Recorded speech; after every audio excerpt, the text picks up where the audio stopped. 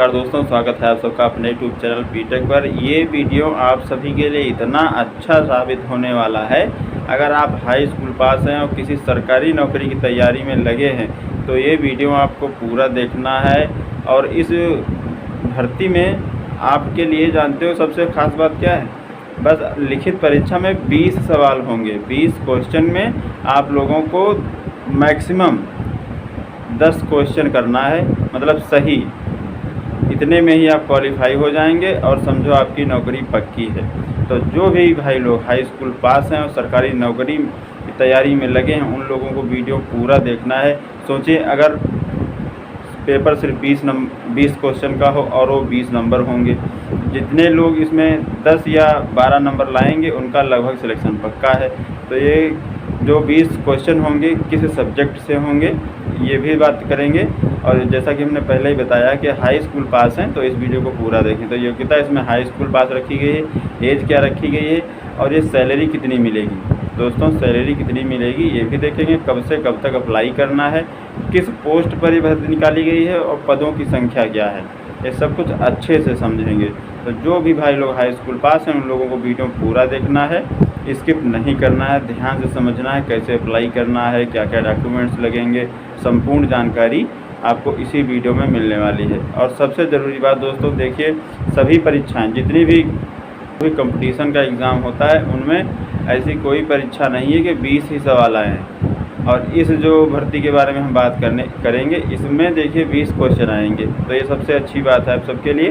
बस आप लोग वीडियो को मिस ना करें, पूरा देखें। चलिए शुरू करते हैं। लेकिन वीडियो को शुरू करने से पहले जितने भी भाई लोग चैनल पर नए हैं या पुराने हैं, चैनल को सब्सक्राइब नहीं किया है तो चैनल को सब्सक्राइब करके बेल आइकन प्रेस कर दें ताकि ऐसे ही अपडेट आप सबको मिलते रहें। और ये जो भर्ती है विभाग का नाम देख लीजिए दोस्तों, इंडियन एयरफोर्स की ये भर्ती है।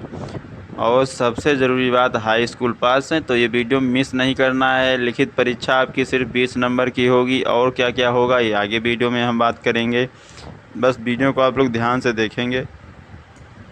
भारतीय वायुसेना अग्निपथ योजना के अंतर्गत अग्निवीर वायु अयोध्या आवेदकों के लिए सूचना विवरण ये पूरा हम आपको बताने वाले हैं। चेतावनी है यहाँ पर कुछ बताई गई है। भारतीय वायुसेना में चयन निष्पक्ष और पारदर्शी है और केवल योग्यता के आधार पर होता है। भारतीय वायुसेना में चयन या भर्ती के लिए किसी भी स्तर पर किसी को रिश्वत देने की आवश्यकता नहीं है। अभ्यर्थियों को ऐसे बेईमान व्यक्तियों के झांसे में नहीं आना चाहिए जो स्वयं को भर्ती चयन एजेंट के रूप में प्रस्तुत करते हैं। इन लोगों से सावधान रहना चाहिए। परिचय है यहाँ पर। इस दस्तावेज में निहित जानकारी अग्निपथ योजना के अंतर्गत अग्निवीर वायु अयोध्या के रूप में प्रवेश 1/2026 के लिए आवेदन करने के इच्छुक अभ्यर्थियों के संदर्भ के लिए है। पात्रता मानदंड, कार्य का विवरण, आवेदन करने की प्रक्रिया, सेवा के नियम और शर्तें और परीक्षा के अनुक्रम के बारे में विस्तृत जानकारी इस वीडियो में मिलने वाली है। और इस फार्म को कहां से आप लोग डाउनलोड करेंगे वो भी मैं बताऊंगा अभी। और जो आवेदन करने की लास्ट डेट है वो 1 सितंबर 2025 है। इसको ध्यान से समझेंगे आप लोग। और पात्रता मानदंड पहले देखेंगे तो एज यहाँ पर बताया गया है। जन्म तिथि 1 जनवरी 2005 और 1 जुलाई 2008 के बीच अगर जन्म हुआ है, ध्यान से समझेंगे, 1 जनवरी 2005 से लेकर के 1 जुलाई 2008 के बीच में अगर जो कैंडिडेट्स में अप्लाई करना चाहते हैं उनका जन्म इस बीच में हुआ है तो वो लोग आवेदन करने के लिए पात्र हैं। यदि कोई अभ्यर्थी चयन प्रक्रिया के सभी चरणों को पार कर लेता है तो नामांकन की तिथि पर ऊपरी आयु जो सीमा है वो 21 वर्ष होनी चाहिए। यानी साफ साफ बताया गया है कि आपका जन्म 2008 के बाद में ना हुआ हो तभी अप्लाई इसमें कर पाएंगे और 2005 से पहले ना हुआ हो। ठीक है। वैवाहिक स्थिति, केवल अविवाहित पुरुष अभ्यर्थी ही अग्निवीर वायु अयोध्या के रूप में भर्ती के लिए पात्र होंगे और उन्हें वचन देना होगा कि 4 साल की निर्धारित सेवा अवधि के दौरान वे विवाह नहीं करेंगे। देखिए अगर सिलेक्शन इसमें होता है तो आपको वचन देना होगा कि आप की जो सेवा है वो 4 साल की है और 4 साल तक आप विवाह नहीं करेंगे। अग्निवीर वायु अयोध्या की सीमित सेवा अवधि को ध्यान में रखते हुए, जिसमें प्रशिक्षण, कौशल विकास गतिविधियां, व्यवहारिक के साथ साथ ही प्रारंभिक मूल्यांकन शामिल है। सेवा अवधि के दौरान अग्निवीर वायु अयोध्या की लंबी अनुपस्थिति भारतीय वायुसेना की परिचालन दक्षता पर प्रतिकूल प्रभाव डालेगी। उक्त अवधि के दौरान विवाह करने वाले अग्निवीर वायु अयोध्या को सेवा से मुक्त कर दिया जाएगा। देखिए, अगर आप अपनी सेवा के दौरान शादी करते हैं तो आपको नौकरी से हटा दिया जाएगा। केवल अविवाहित अग्निवीर वायु अयोध्या नियमित कैडर में एनसी के रूप में चयन के पात्र होंगे। भर्ती के समय अभ्यर्थियों को उपरोक्त शर्तों को स्वीकार करते हुए एक स्वैच्छिक वचन पत्र पर हस्ताक्षर करना होगा। लेकिन अगर इसमें अप्लाई करना चाहते हैं, पहले अप्लाई करने से पहले आपकी शादी ना हुई हो और जब सिलेक्शन हो जाएगा इसमें, उसके बाद में भी आप लोग शादी नहीं कर सकते हैं। जब आपका 4 साल पूरा हो जाएगा नौकरी का, उसके बाद में शादी करेंगे। शैक्षिक योग्यता पंजीकरण की तिथि तक केंद्र, राज्य और संघ राज्य क्षेत्र द्वारा मान्यता प्राप्त शिक्षा बोर्ड से हाई स्कूल या फिर समकक्ष परीक्षा उत्तीर्ण होनी चाहिए। जैसा कि हमने पहले ही बताया था कि जो लोग हाई स्कूल पास हैं वो लोग इस पोस्ट के लिए अप्लाई कर सकते हैं। अनिवार्य चिकित्सा मानक अग्निवीर वायु के लिए सामान्य चिकित्सा मानक जो है तो लंबाई 152 सेंटीमीटर होनी चाहिए। न्यूनतम स्वीकार्य जो ऊंचाई है 152 सेंटीमीटर होनी चाहिए। सीना विस्तार की न्यूनतम सीमा 5 सेंटीमीटर है। 5 सेंटीमीटर सीना आपको फुलाना ज़रूर है। वज़न और आयु के अनुपात में यह होना चाहिए, जितना आपकी लंबाई हो उसी हिसाब से आपका वज़न हो। दृष्टि मानक यहाँ पर देखिए दोस्तों, अपवर्तक त्रुटि की अधिकतम सीमा, दृष्टि की तीक्ष्णता और ये सब यहाँ पर बताया गया है। इसको आप लोग ध्यान से देखेंगे, जो महत्वपूर्ण है वो आपको हम बताए दे रहे हैं। कार्निया की सर्जरी, इसमें क्या क्या आपके ध्यान से समझेंगे। कार्निया की सर्जरी स्वीकार्य नहीं है। अभ्यर्थी की श्रवण क्षमता सामान्य होनी चाहिए, अर्थात वह अलग अलग प्रत्येक कान से 6 मीटर की दूरी से आने वाली फुसफुसाहट को सुन सके। देखिए, सुनने की क्षमता भी तेज़ होनी चाहिए। मान लीजिए आप यहाँ हैं और 6 मीटर दूर पर कुछ फुसफुसाहट हो रही है, वो आपको सुननी चाहिए क्लियर, ठीक है। दांत के बारे में, स्वस्थ मसूड़े, अच्छे दांत और कम से कम 14 दंत बिंदु होने चाहिए। ये जब मेडिकल होगा तब सब कुछ चेक किया जाएगा। सामान्य स्वास्थ्य अभ्यर्थी को भारतीय वायुसेना के लिए फिट होना चाहिए, उसे चिकित्सा मानकों के अनुरूप होना चाहिए और किसी भी उपांग की हानि के बिना सामान्य शारीरिक संरचना होनी चाहिए। उसे किसी भी सक्रिय या गुप्त, तीव्र या जीर्ण चिकित्सकीय या शल्य चिकित्सीय विकलांगता या संक्रमण और त्वचा संबंधी बीमारियों से ग्रसित नहीं होना चाहिए, मुक्त होना चाहिए। अभ्यर्थियों को विश्व के किसी भी हिस्से, किसी भी जलवायु और क्षेत्र में कार्य करने के लिए शारीरिक और मानसिक रूप से फिट होना चाहिए। लिंग, यदि किसी अभ्यर्थी में बाह्य शारीरिक परीक्षण के दौरान विपरीत लिंग की प्रमुख विशेषताएं पाई जाती हैं तो उसे अयोग्य घोषित कर दिया जाएगा। लिंग परिवर्तन सर्जरी करवाने वाले किसी भी अभ्यर्थी को अयोग्य घोषित कर दिया जाएगा। आपका जेंडर चेंज नहीं होना चाहिए। जो अभी देखिए दोस्तों, कुछ लोग लड़का से लड़की अपना जेंडर चेंज कर लेते हैं, तो ये अगर होगा तो उनको अयोग्य घोषित कर दिया जाएगा। और जो सामान्य अपात्रताएं हैं उनको ध्यान से समझेंगे।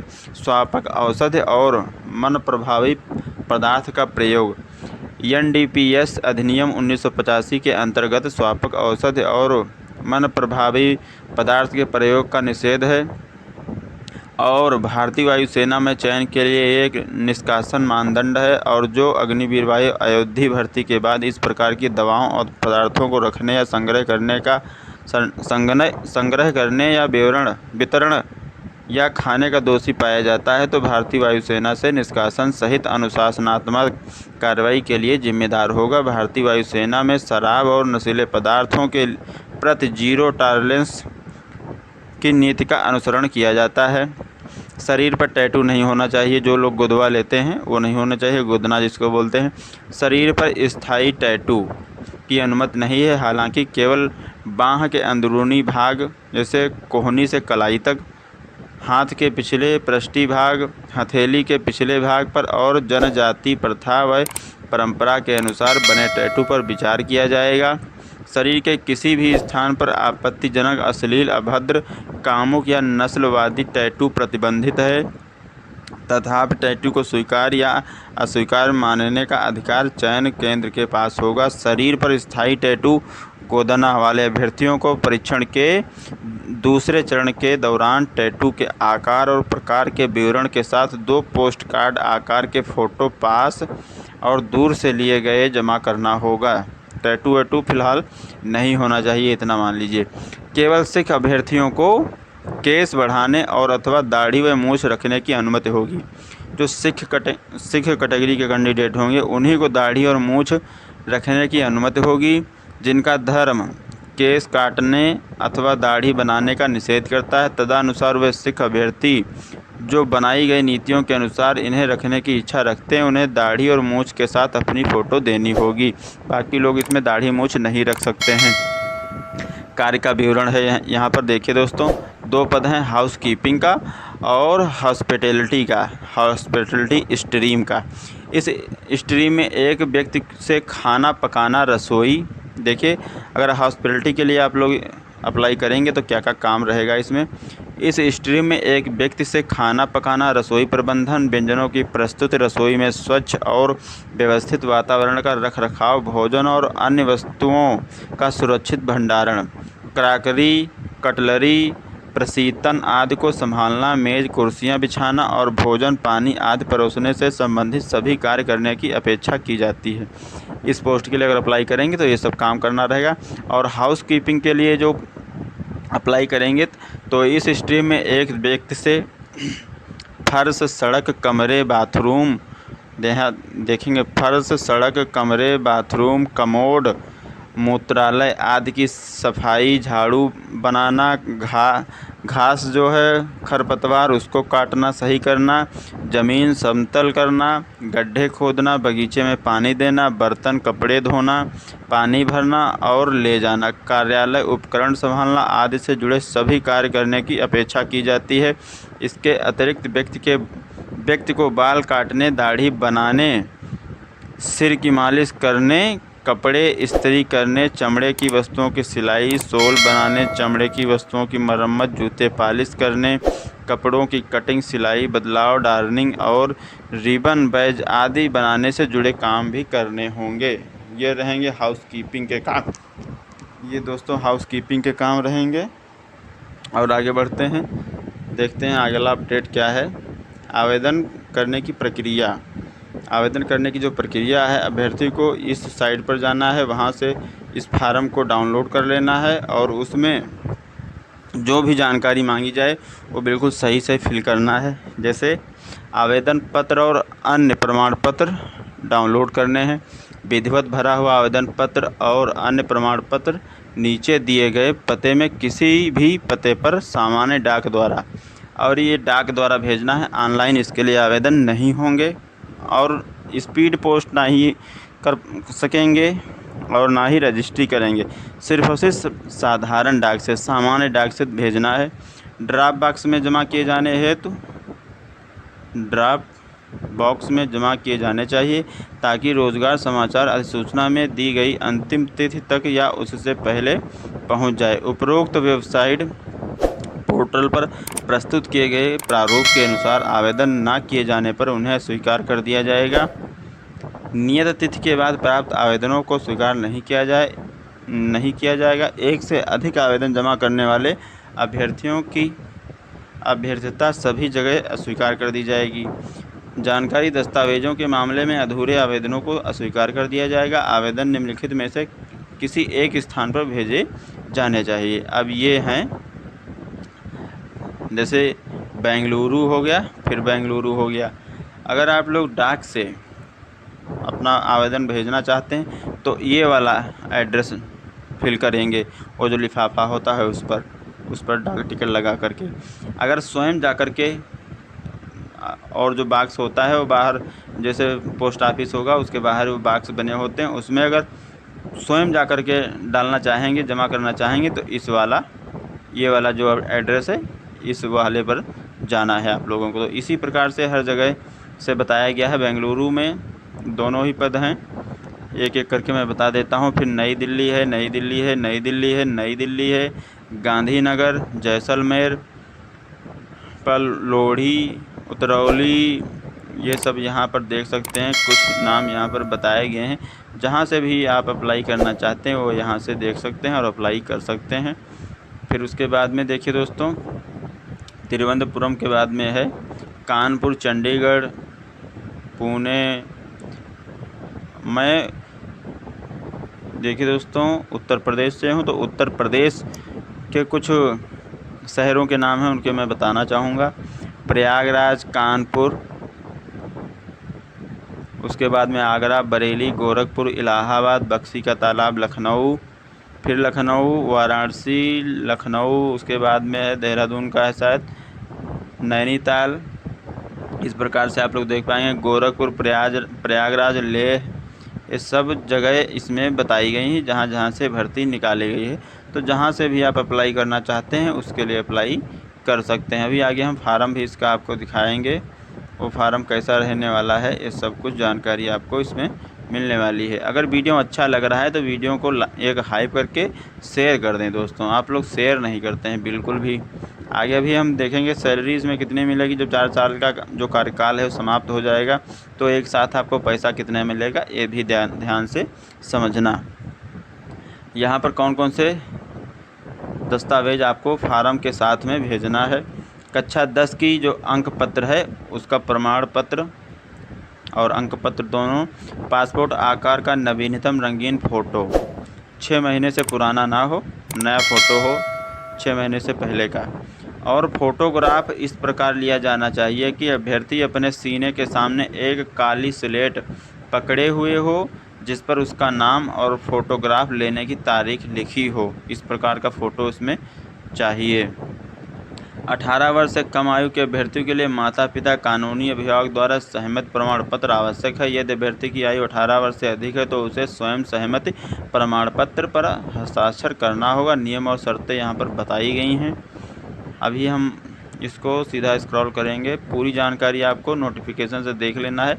जो महत्वपूर्ण अपडेट है वो हम आपको इसमें फटाफट के अंदाज में बताते हैं। एक साल में आपको अवकाश कितना मिलेगा, छुट्टी कितनी मिलेगी। 30 दिन का एक साल में अवकाश मिलेगा। बीमारी के लिए अवकाश चिकित्सीय सलाह के आधार पर दिया जाएगा। वेतन भत्ता के बारे में बात कर लेते हैं। वेतन भत्ते और संबंध लाभ। इस योजना के अंतर्गत भर्ती अग्निवीर वायु अवधि को एक निश्चित वार्षिक वेतन वृद्धि के साथ 30,000 रुपये प्रति माह का अग्निवीर पैकेज दिया जाएगा। इसके अलावा जोखिम और कठिनाई भत्ते जैसा भारतीय वायुसेना में लागू है। पोशाक और यात्रा भत्ते का भुगतान किया जाएगा। मौजूदा नियमों के अनुसार राशन, कपड़े, आवास और अवकाश यात्रा रियायत जैसे भत्ते भी प्रदान किए जाएंगे। समाप्ति लाभ सेवा जो निधि पैकेज होगा इसको ध्यान से समझेंगे। देखिए, अब जब पहला साल आपका होगा फर्स्ट ईयर, और जो मंथली सैलरी होगी वो कितनी होगी, 30,000 रुपया। और आपके अकाउंट में कितना आएगा, देखिए मंथली होगी 30,000, आपके अकाउंट में आएगा 21,000 फर्स्ट ईयर में। और यहाँ पर देखिए दोस्तों, अग्निवीर कॉर्प्स निधि में योगदान 30% योगदान आपका रहेगा। तो इसमें कितना कटेगा, 9,000 रुपये। 9,000 रुपये गवर्नमेंट देगी, ठीक है। 9,000 रुपये भारत सरकार द्वारा कॉर्प्स निधि में योगदान रहेगा, कंट्रीब्यूट रहेगा। जब दूसरा साल लगेगा तो आपकी सैलरी होगी 33,000, अकाउंट में आएगा 23,100, कटेगा 9,900 और इतना ही भारत सरकार द्वारा मिलेगा। तृतीय वर्ष में 36,500, अकाउंट में आएगा 25,550 और कटेगा आपका 10,950, इतना ही गवर्नमेंट देगी। चौथे साल में 40,000 होगा, 28,000 आपके अकाउंट में आएगा, 12,000 कटेगा, 12,000 सरकार देगी, ठीक है। तो जो टोटल होगा 4 वर्ष के बाद अग्निवीर कॉर्प्स निधि में कुल योगदान, देखिए अग्निवीर का योगदान रहेगा 5,02 लाख और इतना ही सरकार का रहेगा। तो 4 वर्ष के बाद जो निकासी आपको पैसा मिलेगा वो 10.04 लाख, ठीक है। 10 लाख लाभ सेवानिवृत्ति पैकेज के रूप में ब्याज के बिना धनराशि ये मिलेगी जब आपका 4 साल का कार्यकाल पूरा हो जाएगा। तो ये पूरा अपडेट इसमें बताया गया है, ध्यान से आप लोग समझ गए होंगे। टिप्पणी है, अग्निवीर वायु अयोध्या को सरकार के किसी भी भविष्य निधि प्रोविडेंट फंड में योगदान करने की आवश्यकता नहीं होगी। इसमें ग्रेजुटी और किसी भी प्रकार के पेंशन का लाभ कोई अधिकार नहीं है। देखिए दोस्तों, इसमें ग्रेजुटी और पेंशन कुछ नहीं मिलेगा। चिकित्सा और CSD सुविधाएं। भारतीय वायुसेना में अपनी सेवा अवधि के दौरान अग्निवीर वायु अयोध्या सैन्य अस्पतालों में चिकित्सा सुविधा के साथ साथ CSD प्रावधानों के भी हकदार होंगे। बीमा, मृत्यु और विकलांगता क्षतिपूर्ति। अग्निवीर वायु अयोध्या को भारतीय वायुसेना में अग्निवीर वायु अयोध्या के रूप में उनकी सेवा अवधि के दौरान 48 लाख रुपए का योगदान रहित जीवन बीमा कवर प्रदान किया जाएगा। अग्निवीर वायु अयोध्या भारतीय वायुसेना के लिए पेंशन विनियमन नियमों में निहित प्रावधानों से शासित नहीं होंगे। अग्निवीर कौशल प्रमाण पत्र। सेवा अवधि की समाप्ति पर अग्निवीर जो होंगे उनको एक विस्तृत कौशल समूह प्रमाण पत्र प्रदान किया जाएगा जिसमें सेवा अवधि के दौरान उनके द्वारा अर्जित कौशल और योग्यता के स्तर को प्रमुखता से दर्शाया जाएगा। तो इस योजना के अंतर्गत सभी कार्मिक भूतपूर्व सैनिक का दर्जा पाने के पात्र नहीं होंगे। परीक्षा का जो क्रम है यहाँ पर देखिए दोस्तों, जैसा कि हमने पहले ही बोला था कि 20 नंबर का सिर्फ एग्ज़ाम होगा और यहाँ पर ध्यान से समझेंगे। जिन अभ्यर्थियों के आवेदन स्वीकार कर लिए गए हैं, मतलब कर लिए जाएंगे, उन्हें लिखित परीक्षा के लिए प्रवेश पत्र जारी किए जाएंगे। प्रवेश पत्र पर लिखित परीक्षा की तिथि, स्थान और समय लिखा होगा। अभ्यर्थियों से अपेक्षा की जाती है कि वे लिखित परीक्षा के लिए नियत समय पर रिपोर्ट करें और प्रवेश पत्र में दिए गए निर्देशों का पालन करें। लिखित परीक्षा के लिए रिपोर्ट करने वाले अभ्यर्थियों को परीक्षा केंद्र पर सत्यापन के लिए निम्नलिखित दस्तावेजों की ज़रूरत होगी। और वो दस्तावेज क्या क्या होंगे? अभ्यर्थियों को चयन परीक्षा के लिए रिपोर्ट करते समय पहचान प्रमाण के रूप में आधार कार्ड जैसा कि उनके प्रवेश पत्र पर प्रदर्शित है साथ लाना है। जम्मू कश्मीर, असम और मेघालय के अभ्यर्थियों को अन्य वैध पहचान पत्र साथ लाना है। यदि आधार कार्ड नहीं है तो राजपत्रित अधिकारी, पंचायत अधिकारी, विद्यालय के प्रधानाचार्य केवल यदि पिछले 1 वर्ष के दौरान अध्ययन किया है। महाविद्यालय के प्रधानाचार्य यदि पिछले 1 वर्ष के दौरान अध्ययन कर रहे हैं या किया है द्वारा हस्ताक्षरित चरित्र प्रमाण पत्र जो 6 महीने से अधिक पुराना नहीं और उस पर जारी करने वाले अधिकारी के कार्यालय मुहर होनी चाहिए। चरित्र प्रमाण पत्र भी लगेगा। कक्षा 10 की मार्कशीट आपके पास होनी चाहिए जिसमें अभ्यर्थी का नाम, पिता का नाम और उसकी जन्म तिथि के लिए सत्यापन आवश्यक है। यहाँ पर देखिए दोस्तों, आपकी 10th पास मार्कशीट, अनुभव प्रमाण पत्र यदि हो तो लगा सकते हैं और अंक पत्र की इंटरनेट पर स्वीकार नहीं की जाएगी। इंटरनेट से निकाला हुआ आपका जो अंक पत्र है वो स्वीकार नहीं किया जाएगा। मूल उत्तीर्ण प्रमाण पत्र अंक पत्र परीक्षा केंद्र द्वारा अपने पास नहीं रखा जाएगा। विस्तृत सत्यापन पूरा होने पर इसे अभ्यर्थी को वापस कर दिया जाएगा। यहाँ पर देखिए दोस्तों, लिखित परीक्षा का जो प्रोग्राम है इसको ध्यान से समझेंगे। लिखित परीक्षा उस स्टेशन स्थान पर आयोजित की जाएगी जहाँ अभ्यर्थी ने अपना आवेदन जमा किया है। देखिए, जिस जगह से आपने आवेदन किया होगा उसी जगह पर परीक्षा आपकी होगी। लिखित परीक्षा दोनों स्ट्रीम के लिए समान होगी। जैसे 2 पोस्ट हैं, हाउसकीपिंग और हॉस्पिटलिटी का, तो दोनों के लिए परीक्षा समान होगी। लिखित परीक्षा में उत्तीर्ण होने के लिए अभ्यर्थी को न्यूनतम कुल 10 अंक प्राप्त करने होंगे। लिखित परीक्षा का विषयवार विवरण जो इस प्रकार से है, कौन कौन से विषय से आपके क्वेश्चन आएंगे। तो जनरल इंग्लिश 10th CBSE 10 सवाल होंगे इंग्लिश के। सामान्य ज्ञान के होंगे कक्षा 10 स्तर के 10 सवाल। तो टोटल 20 ही सवाल होंगे और 20 सवालों में अगर जिनके 10 हो गए सही उनको अगले स्टेप के लिए बुलाया जाएगा। जैसे वो लिखित परीक्षा पास हो जाएंगे, अगला जो होगा उनका फेस, उसके लिए उनको बुलाया जाएगा। और जो लोग 10 से 15 कर लेंगे उनका तो लगभग सिलेक्शन पक्का ही है, समझ लीजिए दोस्तों। तो ये बहुत अच्छी खबर है आप सबके लिए, ठीक है। 20 क्वेश्चन में से आपको सिर्फ़ और सिर्फ कितने करने हैं? 10, न्यूनतम 10। ये पासिंग मार्क मान लीजिए दोस्तों, न्यूनतम 10, और 10 से 15 के बीच में अगर हैं तो आपका सिलेक्शन लगभग पक्का है। और जो अपडेट है यहाँ पर ध्यान से समझेंगे, शारीरिक मानदंड जो है ये सब कुछ बताया गया। ऊंचाई जिसे 152 सेंटीमीटर हो गया। शैक्षिक योग्यता और दौड़ कितनी है इसमें? 1.6 किलोमीटर की दौड़ जो है 6.5 मिनट में आपको पूरी करनी है, 6 मिनट 30 सेकंड में। यहाँ पर ये सब कुछ बताया गया है। शारीरिक पेट है, ये सब कुछ आपको अच्छे से देख लेना है। पुशअप कितना लगाना है, कितना टाइम में, ये सब यहाँ पर बताया गया है। वीडियो थोड़ा लंबा हो गया है, अब ये नोटिफिकेशन आप लोग अच्छे से देख लेंगे, ठीक है, और उसके बाद में अप्लाई करेंगे। अब इनके काम क्या रहने वाले हैं?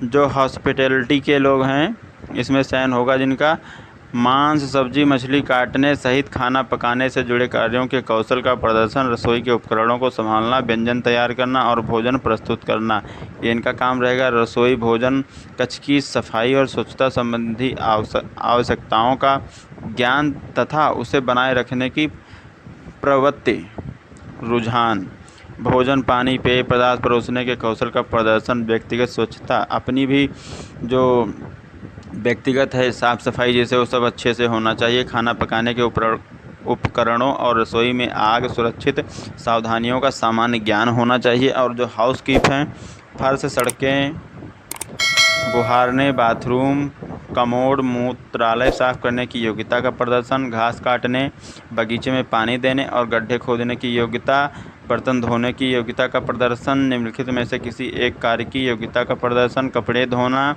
और इस्त्री करना या फिर हाथ और आँख के आवश्यक समन्वय के साथ बाल काटना, ड्रेसिंग, शैम्पू करना, चमड़े की वस्तुओं की सिलाई मोची के रूप में दक्षता, सिलाई, कपड़ों का ज्ञान, डिजाइन और पैटर्न कटिंग की कौशल, ये सब कुछ यहाँ पर बताया गया है। चरण 1 सब क्या क्या रहने वाला है।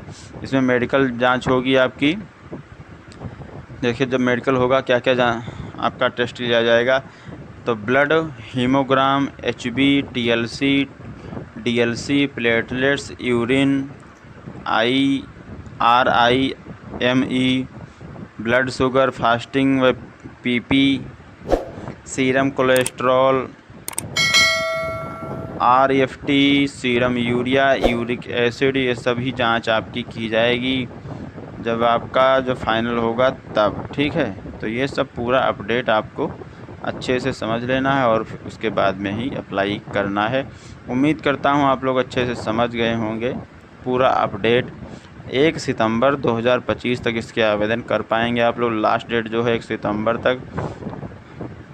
जहाँ से भी आप लोग आवेदन करना चाहते हैं 2 एड्रेस दिए गए हैं, मैं दिखा देता हूँ दोस्तों। 2 एड्रेस जो दिए गए हैं उनमें से कहाँ पर आपको अप्लाई करना है, कैसे अप्लाई करना है। जैसे 2 एड्रेस हैं, ध्यान से समझ लेना। अगर डाक के द्वारा आप अपना आवेदन भेजना चाहते हैं तो ये वाला एड्रेस फिल करेंगे। स्वयं जा कर के वहाँ जमा करना चाहते हैं तो इस एड्रेस पर आपको अपना जो आवेदन है वो बॉक्स में छोड़ देना है। ऐसे आपको करना है। साथ में एक लिफाफा भी आपको भेजना जिस पर आपका एड्रेस पूरा लिखा हो और 10 रुपये का टिकट लगा हो, ठीक है, साधारण डाक वाला। अगर वीडियो अच्छा लगा है तो एक लाइक करें, हाइप करें और ऐसे ही नए नए अपडेट पाने के लिए चैनल को सब्सक्राइब करके बेल आइकन प्रेस कर दें। मिलेंगे एक नए वीडियो में नई जानकारी के साथ में, तब तक के लिए दोस्तों जय हिंद, जय भारत।